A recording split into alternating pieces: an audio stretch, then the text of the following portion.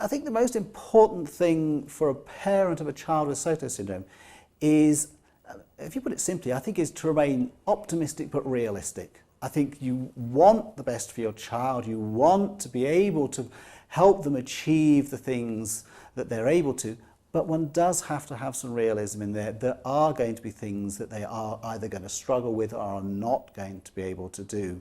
So one doesn't want to in any way dampen the enthusiasm that parents have and the enthusiasm they gain from other families, but it is important to have that element of realism so that when you're discussing the issues with the school or your doctors, that you're aware that there are maybe some issues that are not easy to overcome, and you may have to accept that some things don't happen as easily as you'd want. Most important thing any parent can do for any child is love them. Sotos kids are no different in that respect from any others.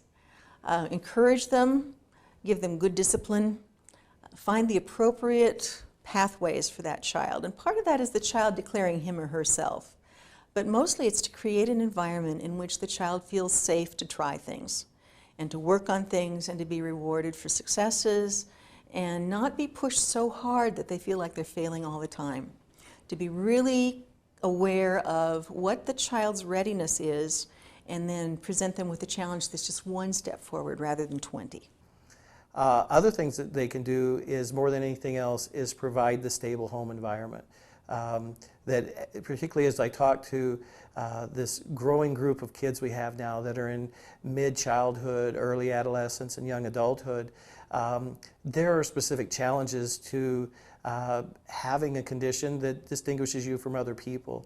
And that, as many of us know, even if we don't have Sotos syndrome, if there was something at school that flagged us as different, the one thing that you had to go home to was that stable home environment.